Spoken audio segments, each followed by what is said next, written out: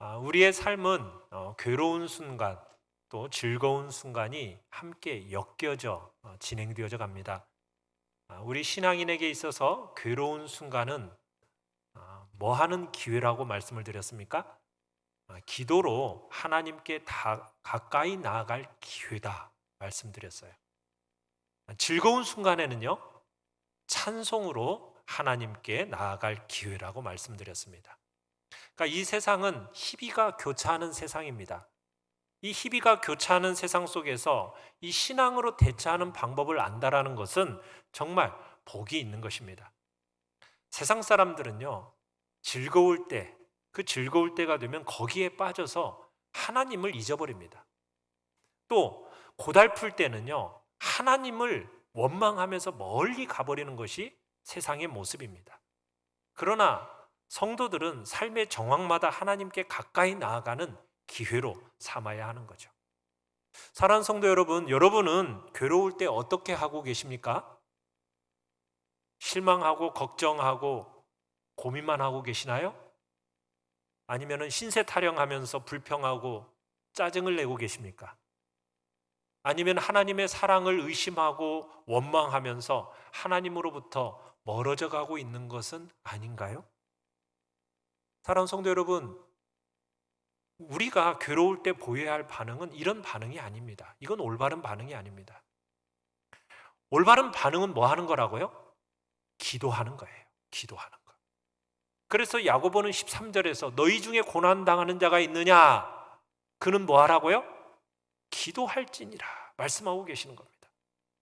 여러분, 갖가지 고난이요, 차례대로 우리를 기다리고 있습니다. 고난 없는 인생이 없어요. 모든 사람들은 고난을 당하게끔 되어 있습니다.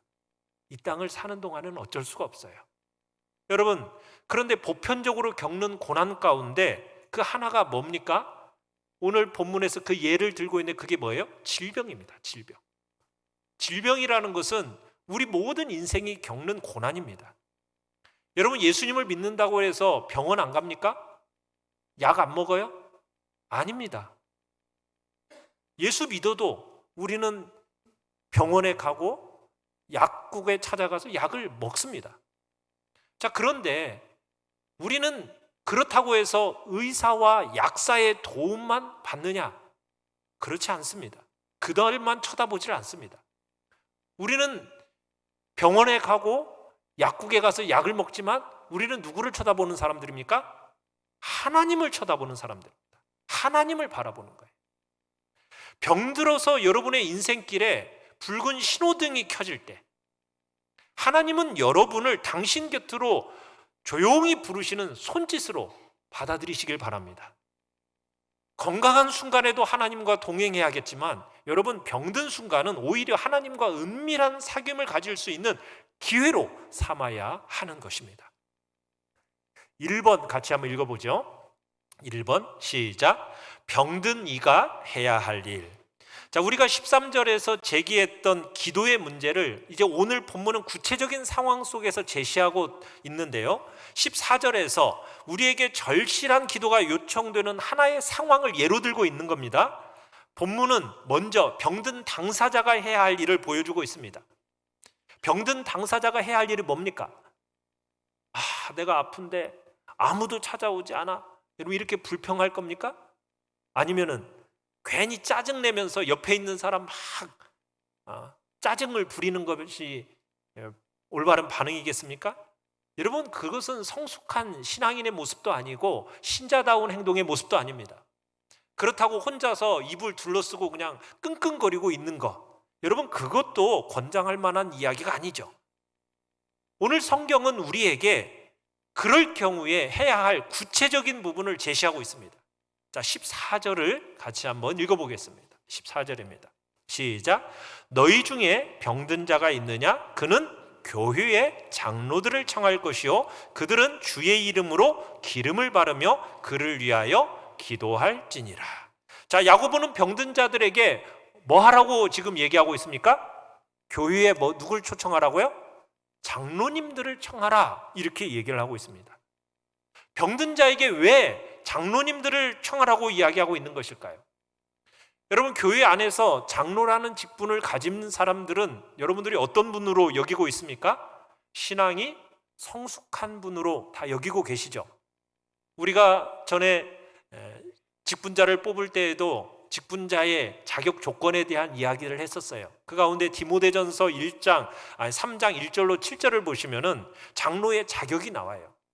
믿은 지 오래된 교인들 중에서 한 아내의 남편이고 자기의 집을 잘 다스리고 그리고 나그네를 대접하고 절제하고 단정하고 관용하며 술을 즐기지 아니하며 책망할 것이 없고 선한 일을 사모하고 잘 가르치는 자라야 할지라. 여러분, 그런 분들로 우리가 장로를 세웠어요. 그러니까 장로의 자격이라는 것은 한마디로 뭐냐면 성숙입니다. 성숙. 그러니까 장로님들은 대신관계, 하나님과의 관계에 있어서, 대인관계, 사람들과의 관계에 있어서 영성과 인격과 생활에 있어서 성숙한 분들인 거죠. 그래서 지금 병든 이들에게 장로들을 초청하라는 얘기는 누구를 초청하라는 얘기입니까? 바로 영성과 인격과 생활에 있어서 성숙한 분을 청하라는 거예요.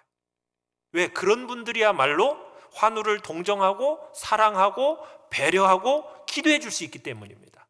그러니까 야고보는 그런 성숙한 사람들을 청해서 기도의 도움을 받으라, 지금 이야기하고 있는 겁니다.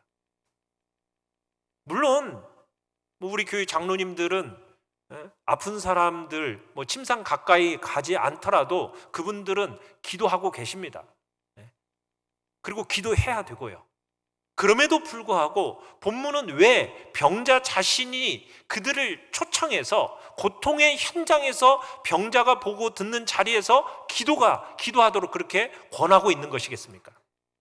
그 이유는 고통 중에 있는 사람을 보며 함께 기도를 드리면 더 뜨겁게 기도할 수가 있기 때문입니다. 믿음으로 드리는 그 기도의 능력을 우리의 모두 더욱 의식할 수 있기 때문입니다. 그와 같은 연약한 순간에도 은혜의 보좌 앞에 나아갈 수 있다라는 확신을 병자들에게 심어줄 수 있기 때문에 성숙한 장로님들을 초청해서 기도할 것을 요구하고 있는 겁니다.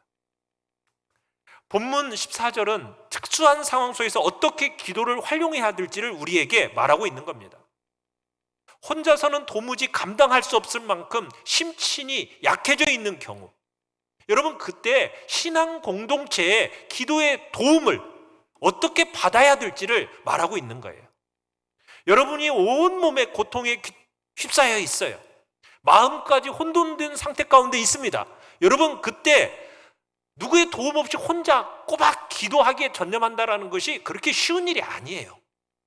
여러분, 그럴 때 영육이 힘든 그 순간에 다른 성도의 위안과 도움이 필요한 겁니다. 그때야말로 신앙 공동체를 주신 것을 감사하면서 여러분 서로 도움을 주고받을 때라는 얘기입니다. 여러분이 그런 상황에 처해 있다면, 여러분이 그런 사랑의 상황 속에 처한 사람이라면 여러분 그때는 교회의 장로님들을 청하고 그분들로부터 기도를 받을 것을 권면하고 있는 것입니다. 사랑하는 성도 여러분, 연약한 영혼을 위한 성도의 기도의 도움이라는 것은, 그 위력이라는 것은 반드시 나타나게 되어 있습니다. 사막에서 백합화가 피어나는 것처럼 여러분, 연약한 성도들의 마음속에 여러분 그 기도를 통해서 기쁨의 샘이 터져 나올 것입니다. 아유, 장로님들이 바빠가지고 청하면 오겠어? 아니에요. 가장 먼저 우선순위를 두고 달려갈 거니까 여러분 초청하세요. 그죠, 장로님들? 네. 여러분, 기도의 도움이 필요할 때 초청하세요. 네. 이건 명령이며 여러분들은 이 말씀에 순종하십시오. 그 요청에 응해서 가서 또 기도함으로 순종을 하시길 바라요. 그러면 여러분 우리의 삶 속에 정말 하나님의 영광을 경험하게 될 것입니다. 2번을 같이 한번 읽어봅시다. 2번 시작. 교회와 장로가 해야 할 일. 자, 오늘 본문은 병든 당사자가 해야 할 일뿐만 아니라 교회가, 장로님들이 해야 할 그 절차가 무엇인지에 대해서 14절 하반절에 이야기를 하고 있어요. 자, 14절 하반절 같이 한번 읽어보겠습니다. 시작. 그들은 주의 이름으로 기름을 바르며 그를 위하여 기도할지니라. 자, 주의 이름으로 기름을 바르며 기도할지니라. 어떻게 보면 신앙 공동체의 의무로 지금 규정하고 있습니다. 자, 이 구절은 얼핏 보면 참 쉬운 구절처럼 느껴져요. 그런데 야고보서 가운데서 가장 쉽게 느껴지면서도 실제로는 이대로 순종하지 못하는 명령입니다. 이 구절이 어떻게 보면 많은 오해를 불러오는 구절이기도 해요. 이것에 대해서 야고보는 1절 언급하지 않고 그냥 그 이유를 정확하게 우리는 알 수 없는데 그냥 명령하고 있어요. 그래서 우리는 당시의 문화와 또 성경 전체에 근거해서 우리는 짐작만 할 뿐이에요. 당시 문화와 성경을 어떻게 보느냐에 따라서 이 해석이 달라지는데, 그래서 주석가들이 다양한 해석을 제시를 해놨어요. 왜냐하면 기름을 바르라는 이 부분이 좀 이해가 잘 안 되는 거예요. 왜냐하면 기름이라는 것이 이 당시에는 화장품처럼 또 사용이 되어졌대요.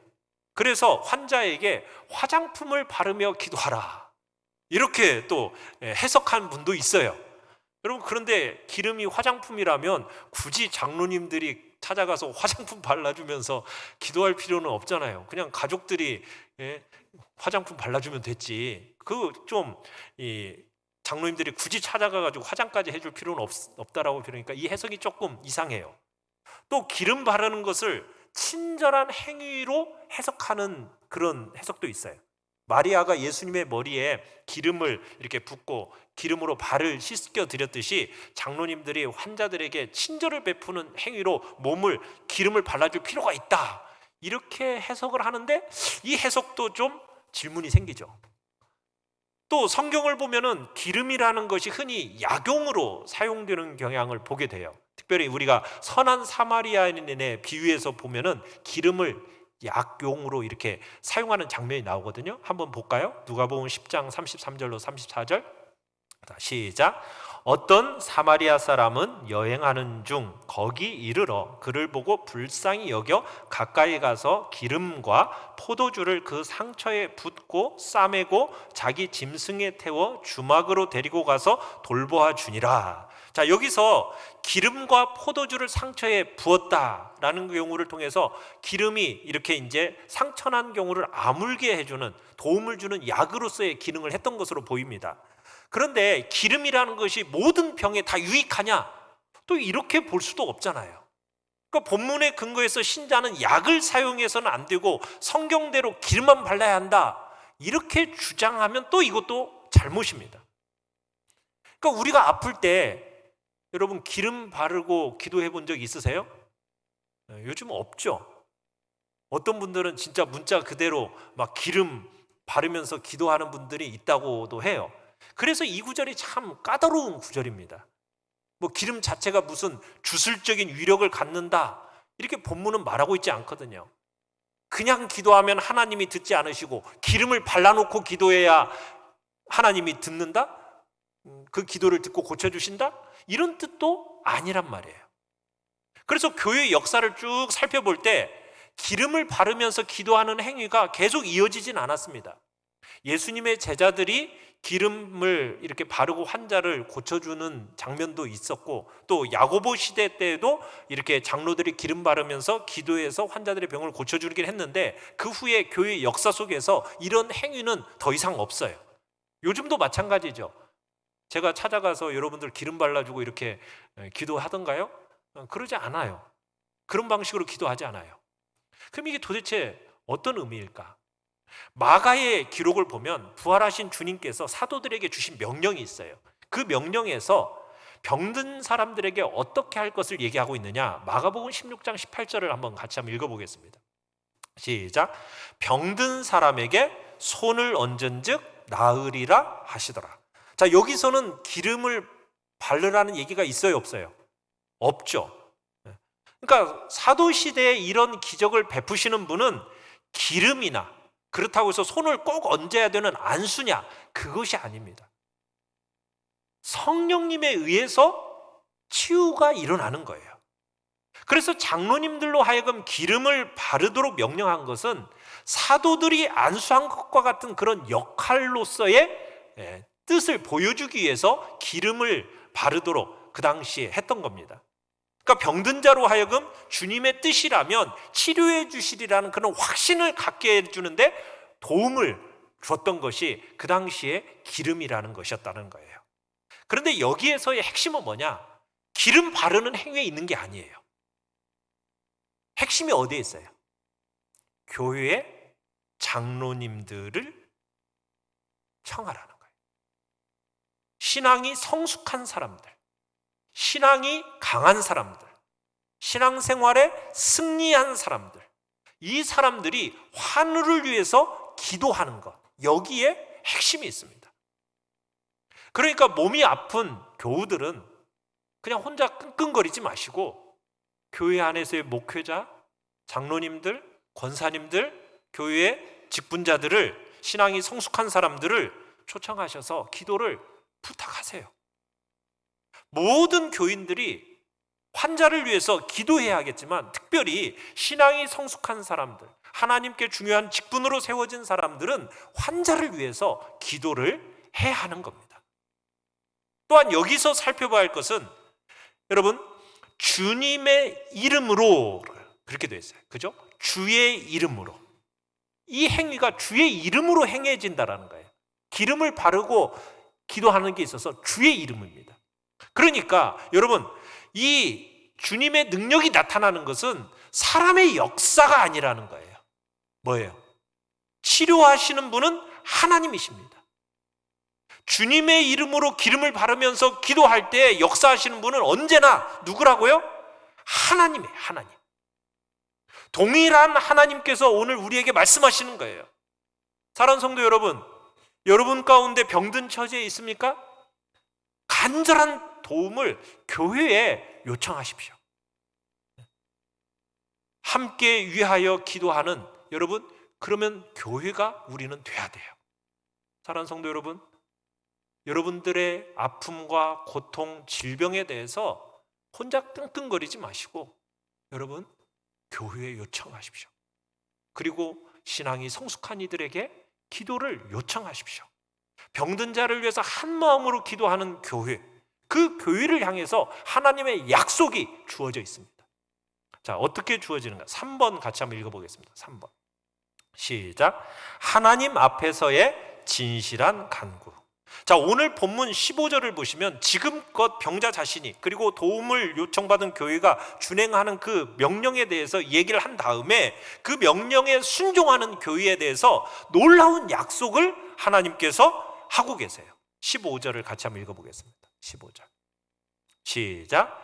믿음의 기도는 병든 자를 구원하리니 주께서 그를 일으키시리라. 혹시 죄를 범하였을지라도 사하심을 받으리라. 아멘.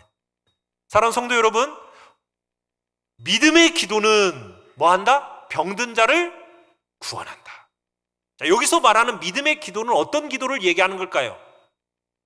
여러분, 믿음의 기도 하면 어떤 기도라고 떠올리세요? 병들었을 때 여러분 약국 찾지 않고 그냥 하나님 앞에 드리는 기도가 믿음의 기도일까요? 아니면은 의료보험증 대신에 성경을 딱 펼쳐 들고 드리는 기도가 그게 믿음의 기도일까요? 아니면은 가서 병원에 쓸 돈을 헌금 드리고 떼쓰듯이 하는 기도가 믿음의 기도일까요? 아니면은 하나님이 감동하신 만큼 막 열심히 부르짖는 기도가 믿음의 기도일까요? 뭐가 믿음의 기도일까요? 이 본문에서 가장 자연스러운 이해는 뭐냐면 앞에서 말한 기도, 앞절에서 말한 기도, 어떤 기도였어요? 성숙한 신앙인이 병자를 찾아가서 드리는 기도, 그 기도를 지금 이 본문에서는 믿음의 기도라고 부르고 있는 거예요. 그러니까 여러분들이 믿음의 기도라고 할 때 그저 뒷부분만 딱 강조해가지고 믿음의 기도는 병든 자를 고치는 능력의 기도니까 뭐 보통 기도와는 달라야 된다. 여러분 그렇게 생각하셔가지고 자, 모든 기도가 여러분 믿음 없이 드려지는 기도가 기도일 수가 있어요, 없어요? 그런 기도는 기도일 수가 없는 거예요. 모든 기도는 무슨 기도해야 돼요? 믿음의 기도해야 돼요. 충분한 정도의 여러분 믿음을 갖고 드려야 되는 그런 믿음의 기도해야 돼요. 여러분 그렇게 생각한 나머지 여러분 또 어떤 분들이 이렇게 생각해요. 믿음의 기도라고 하니까는 전에는 내가 소곤소곤 기도하는데 이건 믿음이 없는 기도인 것 같고 내가 그냥 막 이 믿음을 보강할 양으로 악을 쓰면서 막 하는 기도가 그것이 믿음의 기도인 것처럼 생각을 하는데 여러분 하나님은 여러분 조용히 속삭이듯이 하는 기도는 믿음의 기도가 아니고 막 소리치고 고함치면서 하는 기도는 믿음의 기도라고 말씀을 하시는 걸까요? 아니에요. 뭐가 믿음의 기도인 겁니까? 중요한 것은 하나님 앞에서의 진실한 간구죠. 진실한 간구. 자, 예수님께서 이런 말씀을 하셨어요. 마가복음 11장 23절로 24절을 같이 한번 읽어보도록 하겠습니다. 자, 같이 한번 읽어보죠. 근데 어디서 이렇게 소리가 계속 나는 것 같은데 혹시 보청기이신가요? 네. 앞에. 네, 그러면 좀. 네. 자, 마가복음 11장 23절로 24절을 같이 한번 읽어보겠습니다. 시작. 내가 진실로 너희에게 이르노니 누구든지 산더러 들리어 바다에 던져지라 하며 그 말하는 것이 이루어질 줄 믿고 마음에 의심하지 아니하면 그대로 되리라. 그러므로 내가 너희에게 말하노니 무엇이든지 기도하고 구하는 것은 받은 줄로 믿으라. 그리하면 너희에게 그대로 되리라. 자, 여러분 우리가 환자가 낫기를 위해서 기도해야 하고 여러분 기도할 때 하나님께서 고쳐주실 것을 믿어야 돼요. 근데 어떤 믿음이어야 될까요?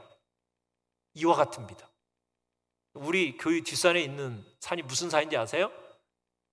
백마산입니다. 백마산. 여러분 이 백마산을 향해서 뽑혀서 바다에 던지구라. 던져질까요? 믿습니까? 던져질 것을 이렇게 믿고 기도했으면 그대로 될 것을 믿어야 되는 거예요. 분명히 주님 말씀하셨잖아요. 이 산더러 들려 바다에 던져지라 하며 그 말하는 것이 이룰 줄 믿고 마음에 의심하지 아니하면 뭐한다? 그대로 되리라. 이 정도의 믿음을 가지고 기도해야죠. 여러분 이 정도의 믿음 있으십니까? 없어요? 여러분 이 정도의 믿음도 없이 어떻게 기도하고 있어요? 여러분 이 정도의 믿음을 가지고 우리는 기도를 해야 되는 거예요.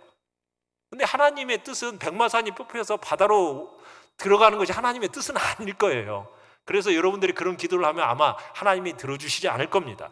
그러나 하나님이 원하신다면 하나님은 그것도 하실 수 있다. 여러분 믿는 그 정도의 믿음을 가지고 기도하라는 거예요. 사랑하는 성도 여러분, 그 정도의 믿음을 가지고 기도하고 계십니까? 기도하시길 바라요. 스가랴를 통해서 주신 하나님 말씀을 한번 들어볼까요? 스가랴 4장 6절로 7절입니다. 같이 한번 읽어보겠습니다. 시작. 이는 힘으로 되지 아니하고 능력으로 되지 아니하고 오직 나의 영으로 되느니라. 큰 산아 네가 무엇이냐? 내가 스룹바벨 앞에서 평지가 되리라. 큰 산아 네가 무엇이냐? 뭐가 된다고요? 평지가 되리라. 여러분 하나님이 어떤 분이십니까? 하나님은 아무것도 없는 상황 속에서 빛이 있으라 하시니까 뭐가 됐어요? 빛이 생겼습니다. 빛을 창조하신 분이에요. 하나님은 아무것도 없는 데서 말씀으로 우주 만물을 창조하신 분이십니다. 하나님은 없는 것에서 있는 것을 만드신 창조의 하나님이시라는 거예요. 여러분 부활절이 다가오고 있어요. 하나님은 어떤 분이세요? 죽은 자를 살리시는 부활의 하나님이십니다. 믿으십니까? 여러분 기도할 때 이런 하나님임을 믿고 기도하셔야 되는 거예요. 여러분 우리는 하나님의 존재를 믿어야 됩니다. 그리고 그 하나님의 선한 성품을 믿어야 됩니다. 하나님이 우리를 사랑하심을 믿어야 되고, 하나님이 우리에게 정말 원하시는 것은 우리에게 재앙을 주려고 하시는 분이 아니라 우리에게 뭘 주시는 분이시다? 평안을 원하시는 분이 하나님이시라는 사실을 믿으십니까? 그 사실을 믿고 기도해야 되는 거예요. 하나님의 약속을 믿고 하나님의 능력을 믿고 여러분 기도해야 됩니다. 하나님은 약속을 이루시기 위해서 무한한 능력을 발동하신다는 것을 믿고 기도해야 되는 거예요. 봐요, 장로님이 와가지고 기도해가지고 뭐 무슨 소용이 있겠어? 여러분, 그런 믿음 가지고 오니까 기도가 안 들어지는 거예요. 오셔서 기도하면은 병든 자를 구원하실 거라는 그런 믿음을 가지고 초청해서 기도를 해야죠. 그게 믿음의 기도라는 거예요. 그런 믿음의 기도를 드려야 된다. 그러면 그 믿음의 기도는 뭐 한다? 병든 자를 구원하리니 주께서 그를 뭐 하신다? 일으키시리라. 이 본문에서의 강조점은 여러분의 생애 어떤 상황 속에서도 역사하는 믿음입니다. 어떤 경우에도 믿음의 기도가 성도들의 삶에 있음을 여러분 상기시킵니다. 어떤 절망적인 상황 속에 있다 할지라도 전능하신 하나님께 호소하는 기도 앞에 희망이 있음을 우리에게 보여주고 있는 거예요. 여러분, 존 뉴턴이라는 사람이 있어요. 이 사람은 크게 기도해서 크게 응답받는 기도를 강조했던 사람입니다. 도무지 믿지 못할 엄청난 일이 이루어지는 것도 믿는 그런 믿음의 기도를 드릴 것을 강조하셨던 분이에요. 이분이 기도에 대해서 말할 때마다 알렉산더 대왕의 이야기를 자주 예화로 들었다고 그래요. 뭐라고 그러냐면 알렉산더 대왕이 어떤 사람의 딸과 결혼하게 되었대요. 그래서 이 딸의 아버지가 이제 지참금을, 결혼 지참금을 요구하겠죠. 그러니까 이 알렉산더 대왕이 신하에게 그랬대요. 지참금을 요구하는 대로 다 주어라, 이렇게 신하에게 말을 했답니다. 그랬는데 진짜 이 딸의 아버지가 어마어마한 돈을 요구하더래요. 그래가지고 황제의 재산을 관리하는 이 신하가 깜짝 놀라가지고 어떻게 그렇게 많은 돈을 줄 수 있느냐고 말하면서 이제 왕한테 그런 거죠. 이 결혼 지참금 이렇게 줄 수 없다고, 조금만 줘도 된다고 이렇게 얘기했더니 알렉산더 대왕이 아니다, 그에게 요구하는 대로 다 줘라, 나는 그 사람이 참 마음에 든다, 그는 나를 진짜 왕처럼 대우해주고 있는 거다, 그가 어마어마한 돈을 요구하는 것을 보면 나를 대단한 부자이면서도 관대한 왕으로 대하고 있기 때문에 그렇게 요구하고 있는 거 아니겠느냐. 존 뉴턴은 그러면서 이렇게 얘기한 거예요. 우리도 이와 같이 하나님의 보좌 앞에 나아가서 우리의 왕이신 하나님, 그분의 사랑과 부와 풍요로움, 여러분 그것을 명화롭게 할 수 있을 만큼 큰 것을 구해야 한다, 그렇게 말했다라는 거예요. 욕심으로 구하라는 얘기가 아닙니다. 믿음으로 큰 것을 구하고 받으라는 거예요. 사랑하는 성도 여러분, 하나님의 약속을 믿으면은 주님의 영광을 우리의 삶 속에서 경험하게 하실 것입니다. 병자를 대신해서 드리는 여러분 장로들의 그 기도, 전능하신 하나님의 귀에 반드시 도달할 것입니다. 아유, 장로님들 바빠지시겠어요. 혹시 죄를 범하였을지라도 뭐 한다고요? 사하심을 받으리라. 여러분, 이것도 문맥 내에서 이해해야 돼요. 여러분, 위에서 기도하는 사람이 꼭 죄를 범했다는 뜻이 아닙니다. 여러분, 뭐 이런 식으로 생각하면 아유, 저 사람 병에 걸린 거 보니까 죄지었구만, 이런 식으로 생각하면 돼요, 안 돼요? 안 돼요. 모든 병이 다 죄의 직접적인 결과라고 얘기해서는 안 됩니다. 여러분, 장로님들의 기도가 그 죄 자체를 용서하는 효험이 있다, 여러분 이렇게 말을 해서도 안 돼요. 이 말은 주의 이름으로 위해서 기도한 결과 병자가 치료가 되었어요. 그러면은 병자의 모든 죄까지도 다 용서되었다는 증표로 믿으라는 의미예요. 그러니까 저 사람의 주의 이름으로 기도를 했더니 병이 정말 나았네? 뭐까지도 용서가 되어졌다? 저 사람의 모든 죄까지도 다 용서되어졌구나, 이런 그런 증표로서 여러분들이 바라보란 얘기예요. 특정 병이 죄 때문이었다면 그 죄는 용서받은 것으로 확인될 수 있다는 얘기입니다. 그렇다고 해서 모든 신체적인 고통이 죄 때문이다 이렇게 여러분들이 그렇게 정죄하면 돼야 안 돼요? 안 됩니다. 어떤 질병은 죄 때문에 올 수도 있지만 어떤 경우에는 꼭 그렇게 여러분 평가해서는 안 되는 거거든요. 자, 그러면서 16절에 이런 얘기를 합니다. 같이 한번 읽어보겠습니다. 16절입니다. 시작.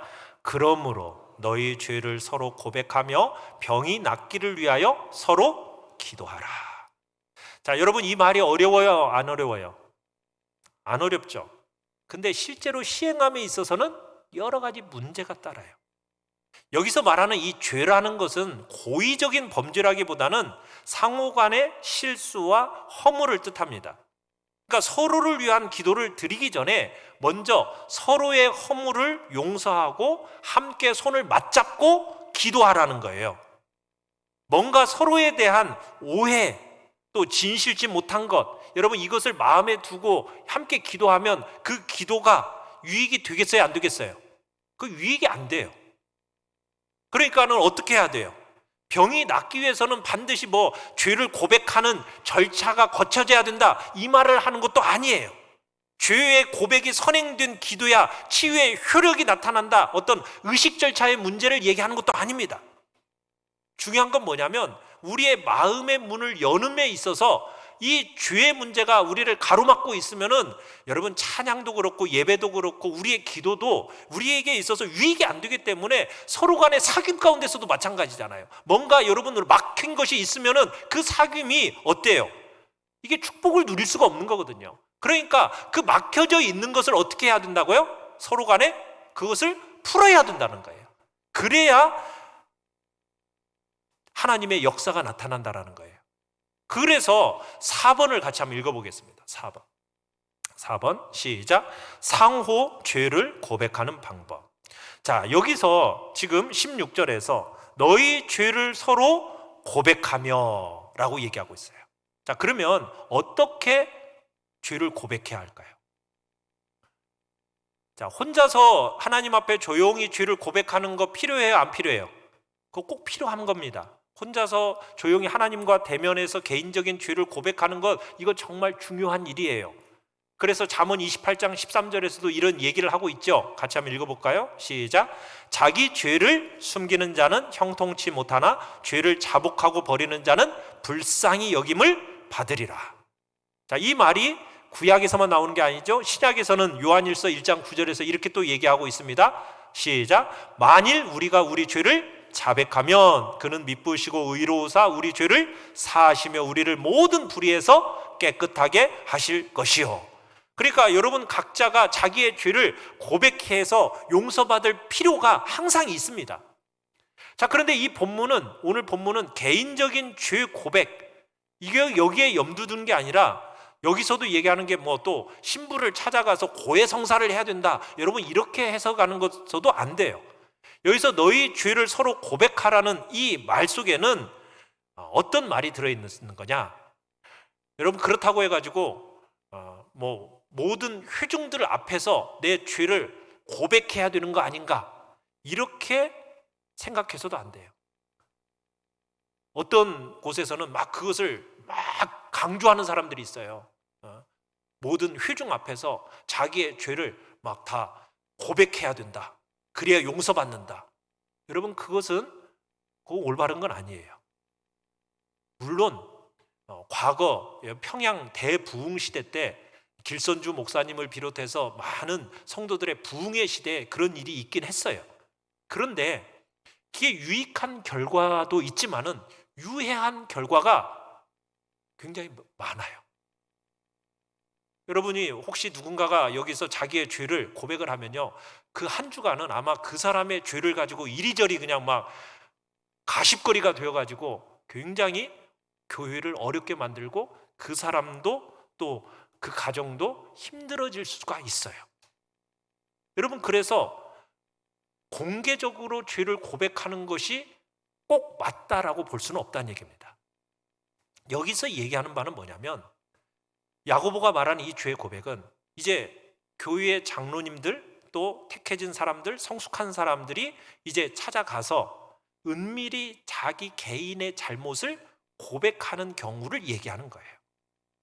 그런 경우에도요, 자기 기억 속에 있는 모든 죄를 다 들추어내라, 그런 뜻도 아닙니다. 얼마만큼 누구에게 감추어진 허물을 고백할 건가? 여러분, 이것은 분간하는 지혜가 요구돼요. 이런 고백을 막 누구도 유도해서도 안 되고 강요해서도 안 됩니다. 네 머릿속에 있는 모든 죄를 다 여기서 얘기해야 돼. 그래야만이 네 죄가 다. 여러분, 이런 식으로 유도하거나 강요해서도 안 돼요. 자신의 마음속에, 가슴속에 두고 있는 기도, 그 마음속에 이 죄를 고백하지 않고서는 이 기도가 기도할 수 없겠다라는 어떤 강한 확신이 그 마음속에 들 때, 그 필요에 따라서 본인이 느낄 때에 한정해서 그 죄를 고백하는 겁니다. 그래서 여러분들이 이 죄를 고백함에 있어서도 지혜가 필요한 거예요. 자, 그리고 그 죄의 고백을 듣는 사람은 어떤 마음으로 들어야 돼요? 그 사람과 동일한 심정으로 함께 용서를 위해서 하나님께 기도해야 되는 겁니다. 그러니까 하나님의 말씀에 따라서 고백된 죄가 용서받음을 믿고 그 허물을 하나님이 사하여 주신 것처럼 서로 받아줘야 되는 거죠. 그러니까 죄로 고백하는 자는, 그 아픈 마음을 이해하지 못하는 자는 그 고백을 들을 권리가 없어요. 그러니까 그 죄에 대해서 정말 함께 아파하고 함께 괴로워하고 그러면서도 용서로 인한 그 확신, 여러분, 그것을 함께 기뻐하는 자들 사이에서 이런 죄의 고백이 있어야만 하는 거죠. 사랑하는 성도 여러분, 여러분들이 어떤 문제를 두고 기도하기를 지금 원하고 계십니까? 혹시 병드신 분들 있으시면은 교회 장로님들을 청하여서 함께 기도하시길 바라요. 무슨 기도요? 믿음의 기도를. 믿음 없이 그냥 하지 마시고 믿음의 기도. 그러면 하나님께서 그 놀라운 약속대로 하나님께서 역사하실 것입니다. 코리텐붐 여사가 기도에 대해서 이런 질문을 던졌어요. 여러분에게 있어서 기도는 여러분의 핸들입니까? 아니면은 스페어 타이어입니까? 여러분, 스페어 타이어가 뭔지 아시죠? 자동차가 타이어가 빵꾸가 나면은 어떻게 해요? 못 쓰게 될 때 꺼내 쓰는 타이어. 요즘에는 또 그런 타이어도 없긴 하던데. 자, 그리고 핸들은 뭐예요? 자동차의 방향을 잡아주는 거예요. 여러분, 기도를 어떻게 사용하고 계세요? 평소에는 기도하지 않다가 문제만 생기면은 그때 왜 기도하나요? 그런 사람은 기도를 스페어 타이어로 사용하는 겁니다. 여러분, 기도라는 것은 여러분의 인생 방향을 잡도록 기도하셔야 돼요. 필요할 때만 꺼내 쓰는 스페어 타이어가 아니라고요. 여러분의 인생 전체를 하나님께서 인도하시도록 기도를 인생의 핸들로 여러분들이 사용하시길 바라요. 오늘 우리가 이제 믿음의 기도를 드리면 하나님께서 여러분의 인생의 핸들을 잡고 인도해 주심을 믿으시기 바랍니다. 우리가 기도하면 하나님께서, 여러분, 우리가 기도한 것보다, 우리가 생각한 것보다 여러분 상상할 수 없을 정도로 더 풍성하게 넘치도록 채우시고 응답하시는 분임을 믿으시길 바라요. 오늘 그 믿음을 가지고 믿음의 기도를 간절하게 드려서 여러분 놀라운 하나님의 응답을 받는 복된 자리에 우리 모두가 있기를 간절히 축원합니다. 우리 시간 같이